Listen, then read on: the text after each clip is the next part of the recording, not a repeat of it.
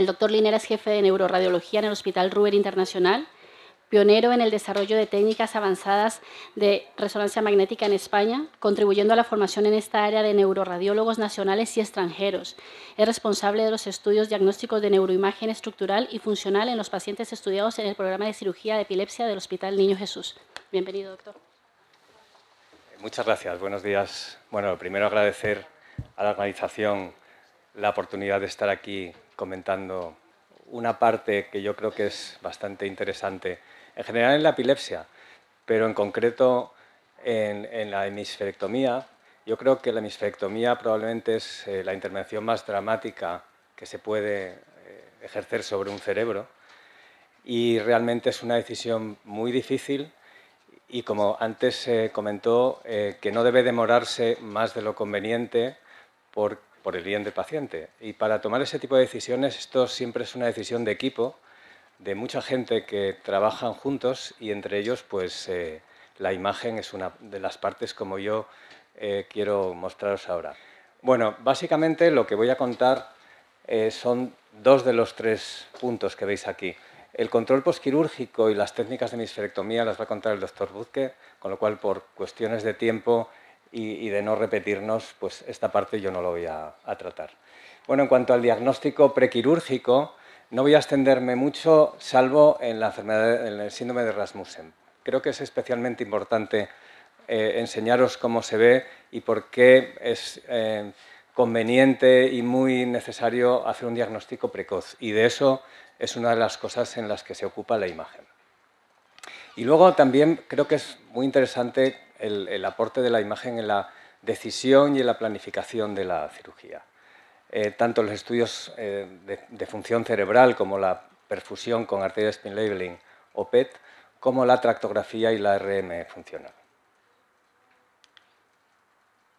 Bueno, por enseñaros un poco las patologías que más vemos en una hemisferectomía, pues son lesiones que afectan a todo un hemisferio. Una paradigmática es la hemimegalencefalia, que es un cerebro que tiene una mitad displásica, como veis crece más de lo normal. A veces el otro hemisferio puede ser un poco atrófico, pero lo más habitual es que sea normal y tengamos un hemisferio poco funcionante y además muy epileptogénico, con lo cual es una de las claras indicaciones de una hemisferectomía.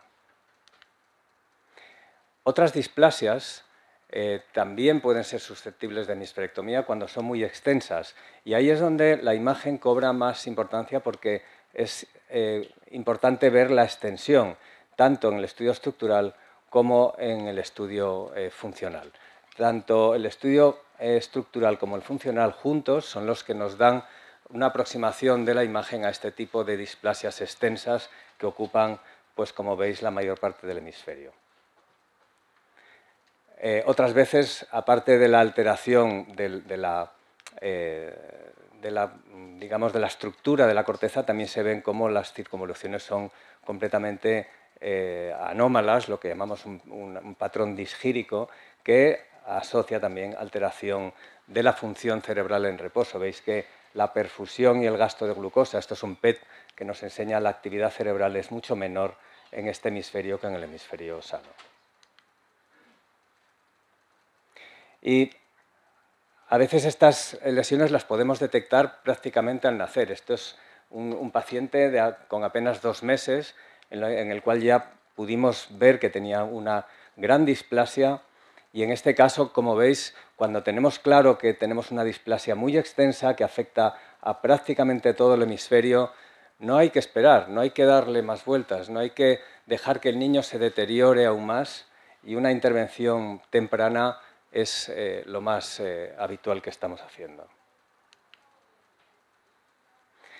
Otra de las cosas muy frecuentes que vemos es el infarto congénito. Luego hablaré un poco más de él, pero son patologías que realmente desde el punto de vista de imagen no revisten mucha dificultad, son muy evidentes, lesiones destructivas con atrofia, casi siempre afectando sobre todo al territorio de la arteria cerebral media, que daña los núcleos basales, todas las vías motoras, muchas áreas relacionadas con el lenguaje. Son hemisferios poco funcionantes y muy epileptogénicos, y es una de las claras indicaciones de hemisferectomía. Y la imagen aquí, como veréis luego, tiene un papel interesante para valorar qué tenemos que asumir como pérdida funcional, porque a veces tenemos muy poco que asumir como de pérdida funcional a pesar de que estemos resecando todo un hemisferio. Luego veremos cómo la imagen nos puede enseñar algunos datos. Y por último voy a mencionar algo que esto es relativamente nuevo. Esto es una malformación de la organización de la corteza. Las circunvoluciones normales son estas que veis aquí y, sin embargo, todas estas son anómalas. Es lo que llamamos un patrón de polimicrogiria, que son múltiples pequeñas circunvoluciones displásicas, y esto es un síndrome típico, habitualmente genético, pero también puede ser por infecciones intraútero, que es lo que llamamos el síndrome de Kuznicki o la displasia, o el síndrome perisilviano, y como veis es habitualmente bilateral.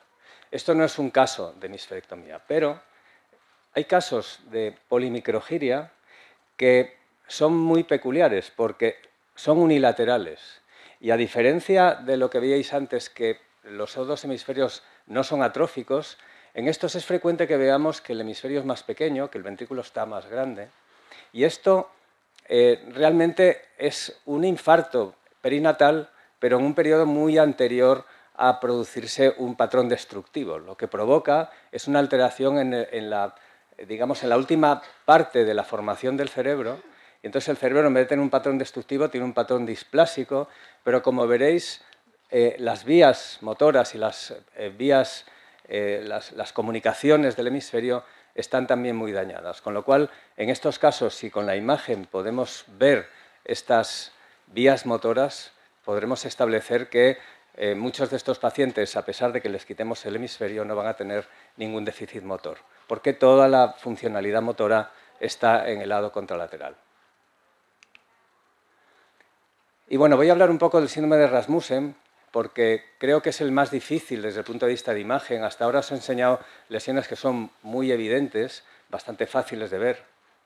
Pero el síndrome de Rasmussen, aunque al final es una lesión muy clara, al principio puede ser realmente compleja.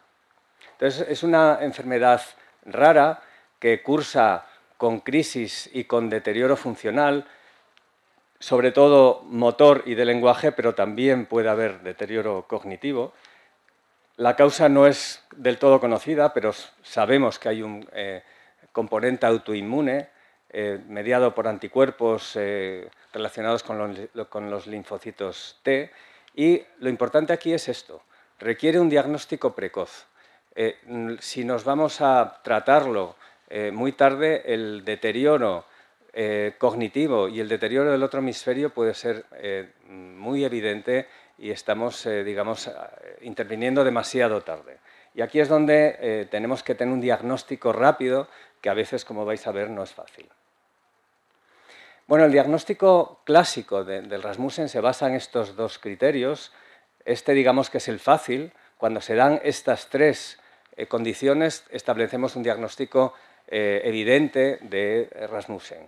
Crisis focales con déficit clínico, un electro con un foco unilateral y ondas lentas, y en la imagen atrofia, como veis aquí, este hemisferio está claramente atrófico, con alteraciones de señal o bien con lesión del estriado. Aquí vemos esta atrofia, este es el estriado izquierdo, que es normal, y aquí prácticamente el estriado derecho no se ve, sobre todo el núcleo caudado. Y vemos cómo en su lugar lo que tenemos es un ventrículo dilatado, y esto, que es la cabeza del núcleo caudado, aquí prácticamente no se ve. Entonces, o bien atrofia del estriado o bien alteración de señal unido a un patrón de atrofia es parte de los criterios diagnósticos más importantes del Rasmussen. Pero esto no siempre se da, y como necesitamos hacer un diagnóstico de Rasmussen, podemos recurrir a la parte B, digamos que es cuando tenemos más dificultades, y aquí se tendría que cumplir 2 de 3. O bien tenemos epilepsia parcial continua o un déficit clínico que va progresando, o bien tenemos atrofia, pero no tenemos ni alteración del estriado ni lesiones de la sustancia blanca, pero esa atrofia es progresiva, o bien hemos hecho una biopsia y nos ha dado positiva. Con cumplir 2 de estos 3, seguimos teniendo un diagnóstico positivo de Rasmussen. La imagen funcional, como veis, no forma parte de los criterios diagnósticos. Sin embargo, tiene un papel muy importante y yo creo que en el futuro va a formar parte de los criterios diagnósticos porque aporta información, como vais a ver, realmente relevante. Bueno, no voy a extenderme mucho más sobre cómo se manifiesta. Hay una fase aguda en la cual domina la actividad continua, la actividad paroxística, y una fase más crónica donde lo que domina es la inactividad, es un periodo ya más de secuela con un déficit funcional muy severo. Y lo que quiero deciros es que hay formas atípicas que probablemente el Rasmussen no es una enfermedad única, sino que probablemente es un cajón desastre donde hay muchas alteraciones autoinmunes que se manifiestan de una manera similar a las que llamamos Rasmussen, pero como luego veremos, no todas son iguales, no todas son tan graves, no todas se manifiestan muy pronto, sino que hay formas del adulto. Incluso se ha dicho que podría existir enfermedad bilateral. Yo no lo creo. Yo creo que debe haber una publicación o dos como mucho en el mundo que lo mencionaron y eso es como que se ha quedado ahí, pero luego nadie hemos visto un patrón bilateral. Otra cosa es que veamos atrofia bilateral y ya veremos por qué es real esta atrofia bilateral, pero no es por la enfermedad autoinmune, sino por las consecuencias del estado continuo de enfermedad que hace que el hemisferio contralateral se afecte. Y esto es muy importante porque esto es lo que nos está indicando que hay que actuar cuanto antes para que el otro hemisferio no se deteriore. Y también es importante que a veces se presentan con un patrón clínico completamente atípico y muchas veces no pensamos en esta enfermedad.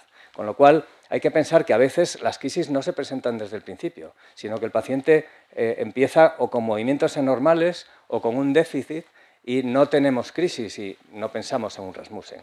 O a veces tenemos crisis refractarias sin déficit y tampoco pensamos en un Rasmussen porque nos falta esa pata, pero hay veces que se trata simplemente de Rasmussen atípicos.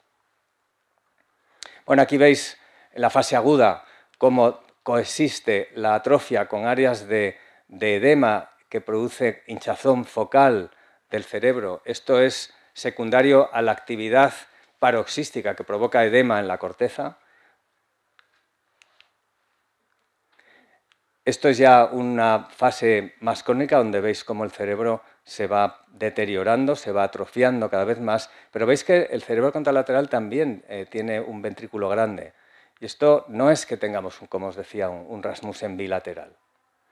Aquí vemos otra manifestación que conviene conocer. A veces es muy evidente, como veis aquí, otras veces no tanto.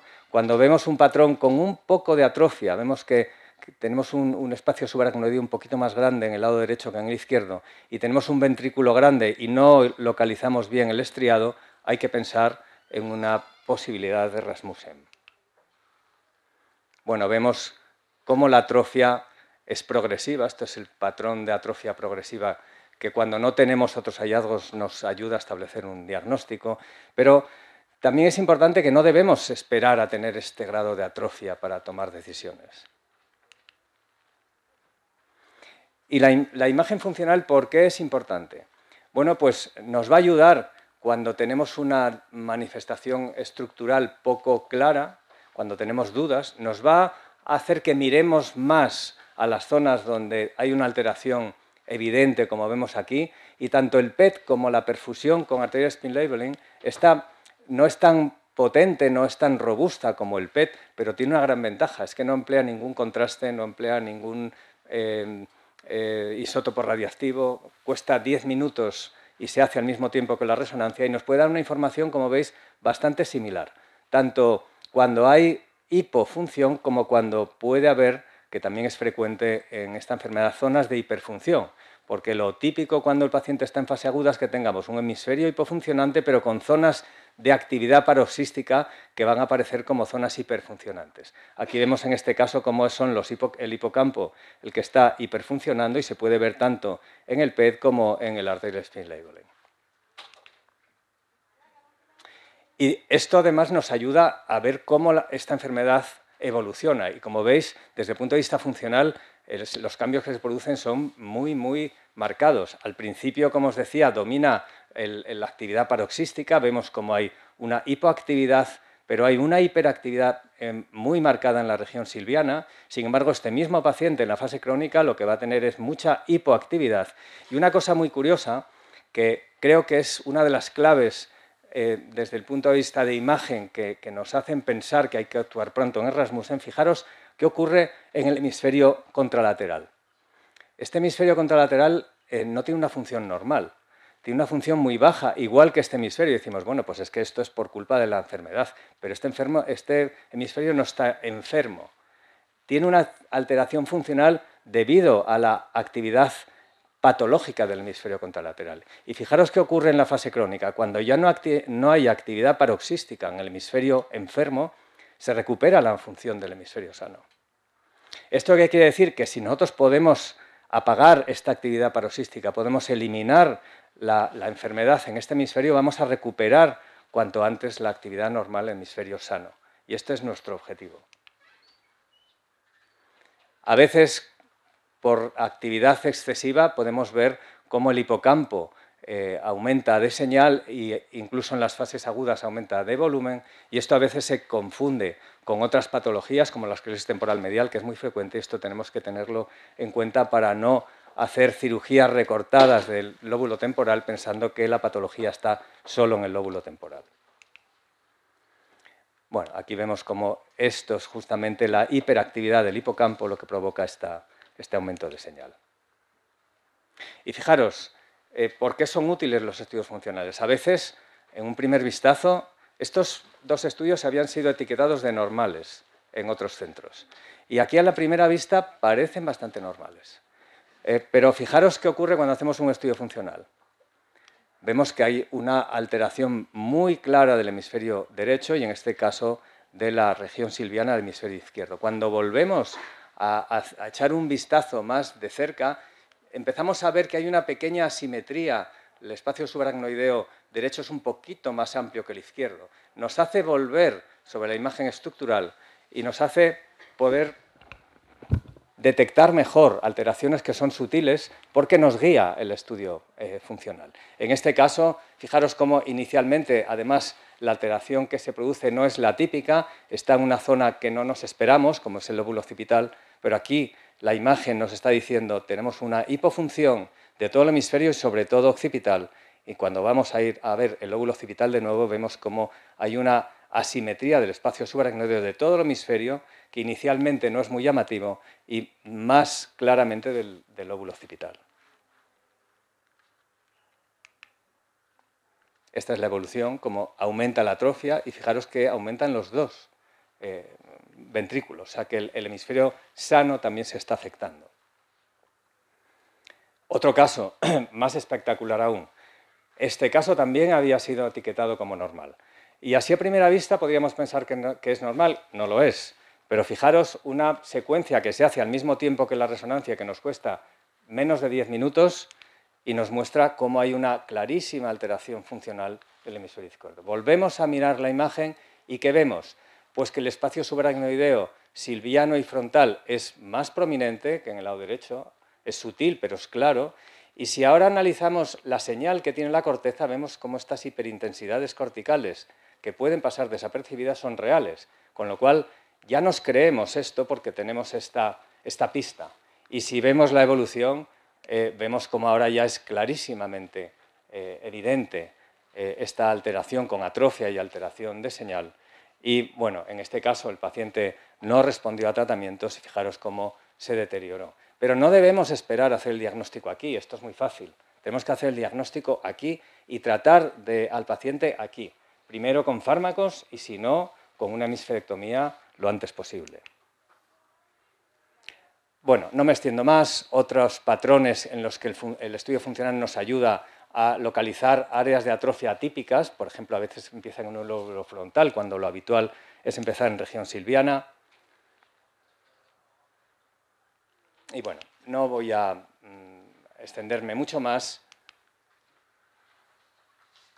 Hay patrones que son todavía más atípicos, como patrones recortados de atrofia, que además, como veis, con el tiempo evolucionan poco en pacientes que tienen clínica estable y son pacientes con enfermedad de Rasmussen.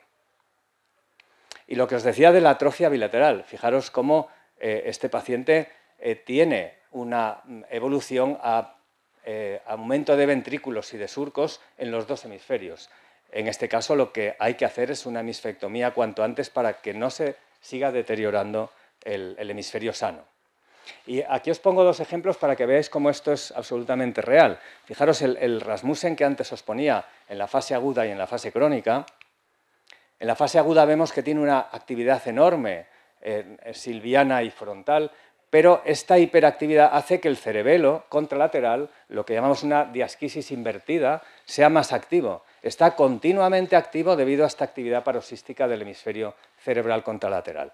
¿Por qué os lo enseño? Porque fijaros lo que ocurre en este paciente con la evolución. Cuando hacemos un control al cabo de 2 años, vemos que se han atrofiado los dos hemisferios, pero fijaros qué ha pasado con el cerebelo contralateral. Se ha atrofiado y no tenemos un Rasmussen en el cerebelo. Lo que tenemos es una excitotoxicidad continua debido a las crisis no controladas que han hecho que se atrofie el cerebelo de la misma manera que también se atrofia el hemisferio sano. Luego esto es importantísimo saberlo porque quiere decir que una intervención tardía va a llegar demasiado tarde para preservar la función del cerebro.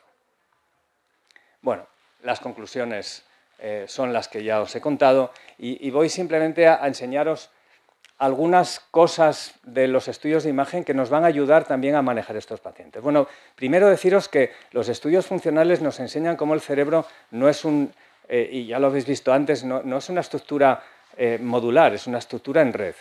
Y la actividad de una zona del cerebro influye sobre el resto del cerebro. Este es un caso que no es un Rasmussen, es un tumor en el que teníamos un estatus epiléptico debido al tumor, el paciente estaba continuamente con crisis. Fijaros lo que ocurre, hay una actividad muy marcada en el lóbulo temporal, que es donde tenía la lesión, pero fijaros lo que ocurre en el lóbulo temporal contralateral, que es sano, porque aquí tenemos una lesión de aquí, tumoral, el resto del cerebro es completamente sano.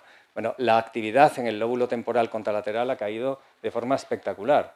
Cuando ya hemos controlado las crisis, lo que ocurre con este lóbulo temporal patológico es que tiene menos actividad, es lo típico de una actividad intercrítica, pero fijaros qué pasa con el hemisferio derecho, con el lóbulo temporal derecho. Ha recuperado la normalidad.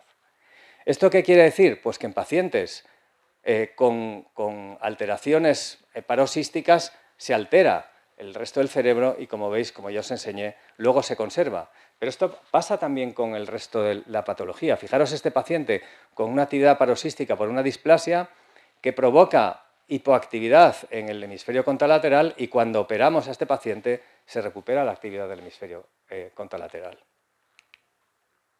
Y este caso en el que se hizo una desconexión, esto era un paciente muy pequeño, fijaros cómo había una hipofunción de todo el cerebro, son pacientes que entran en encefalopatía y cuando se desconectan recuperamos la función del hemisferio sano. Y son pacientes que no solo no empeoran después de la hemisferectomía, sino que mejoran sensiblemente después de una hemisferectomía. Y por último, algún dato que nos puede ayudar a enfocar y a saber el riesgo que vamos a correr con una hemisferectomía procede de los estudios funcionales y de la tractografía. Los estudios funcionales nos muestran dónde están las zonas más responsables de funciones como la motora y la del lenguaje, y la tractografía nos enseña las conexiones, sobre todo las conexiones motoras. Aquí vemos el haz corticoespinal que va de la zona cortical motora hasta la médula y que es la que lleva la información para el movimiento. Bueno, normalmente lo que queremos es preservar estas vías cuando operamos un paciente de pequeñas displasias, pero bueno, este es el control postquirúrgico donde hemos conseguido quitar la displasia sin dañar las conexiones ni las áreas funcionales elocuentes. Pero en los casos de hemisferectomía, lo que queremos ver es justo lo contrario. Queremos ver qué va a pasar cuando quitamos el hemisferio. Fijaros que en pacientes con lesiones congénitas, con infartos congénitos, el tracto corticoespinal muchas veces ya no existe. Con lo cual, si ya no existe, no vamos a dañarlo. Podemos quitar este hemisferio sin tener ninguna consecuencia motora. Y fijaros cómo la tractografía nos muestra, este es un caso normal, aquí tenemos las vías motoras y este es un corte axial que pasa por el tronco encefálico y estas son estas dos vías cortadas aquí, cómo son simétricas y muy bien formadas. Cuando tenemos una lesión parcial, esto va a disminuir, pero cuando tenemos una lesión congénita completa es que no existen. Con lo cual, una hemisferectomía no va a dañar la zona motora que no está. La zona motora está trabajando toda por el lado contralateral. Aquí tenemos un ejemplo de cómo no tenemos vía motora, tenemos una lesión destructiva extensa y la hemisferectomía no ha provocado ningún déficit motor nuevo. Otro caso similar, donde le hemos hecho estudios funcionales durante el movimiento de la mano derecha y la mano izquierda, del pie derecho y el pie izquierdo, y vemos que las dos zonas motoras están en el mismo hemisferio. Luego, cuando hacemos la hemisferectomía, continúan ahí porque las vías motoras proceden todas del hemisferio sano. A veces queda un mínimo remanente y cuanto más remanente queda, pues tenemos que asumir a lo mejor un pequeño déficit. Pero cuando no hay nada, desde el punto de vista motor no estamos asumiendo déficit alguno. Sin embargo, fijaros que cuando sí tenemos vía, tenemos que en el control tener claro que vamos a provocar una pequeña lesión que puede que el paciente note después de la cirugía. Entonces, esto lo podemos saber antes de operar al paciente haciendo este tipo de exploraciones. Y lo que os enseñaba antes, fijaros estas polimicrogirias unilaterales que, a pesar de no tener un patrón destructivo, carecen de la vía motora. Esto es bastante nuevo, esto no está muy contado, pero nosotros lo estamos viendo muy frecuentemente, que los pacientes con una polimicrogiria unilateral y un patrón de atrofia, veis como el tronco es anómalo, asimétrico, carecen del tracto corticoespinal. Luego a estos pacientes se les puede quitar el hemisferio sin tener déficit motor. Aquí tenemos otro caso en el que hicimos estudio funcional. De nuevo veis cómo no tenemos tracto corticoespinal, no está, en el corte axial no está. Aquí vemos cómo tampoco se ve y en este caso la hemisferectomía no provocó déficit y seguimos teniendo la actividad que ya veíamos antes de la cirugía unilateral. Las dos colores son una mano y la otra y en el control seguimos viendo lo mismo, la actividad motora se realiza solo en el hemisferio izquierdo. También en pacientes con lesiones podemos ver cómo puede haber reorganización del lenguaje, que cuando, sobre todo con lesiones destructivas, es más frecuente que se vaya al otro hemisferio y a veces ocurre con el Rasmussen y a veces no. En este caso veis como un Rasmussen con una clara atrofia izquierda sigue manteniendo el lenguaje en el lado izquierdo.